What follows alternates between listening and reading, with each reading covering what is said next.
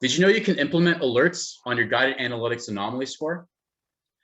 For those of you who are familiar with guided analytics in AVEVA Insight, you know that you can generate anomaly scores for some of your equipment, which will tell you if the equipment is behaving normally or erratically.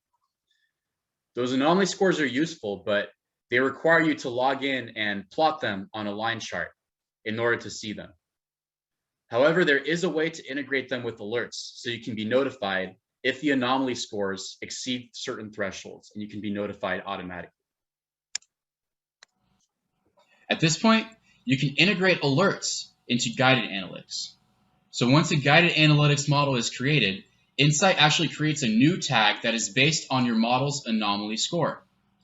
This score can be found in the search panel. So I'm going to pull it up, go to the home screen, and access the search pane, and you can enter anomaly to find the anomaly scores. You can plot these tags into a graph and configure alerts. So I'm going to select Model 3, for example, the anomaly score for Model 3, and then plot it via line chart. And as you can see, this is the anomaly score that is plotted, and I can actually add an alert on the top right corner right here by using the add alert functionality. And this can be useful because it can allow you to get notified via the alert if the anomaly score produced by the model is outside of your tolerable range. So at this point, you could set a threshold for, say, 80.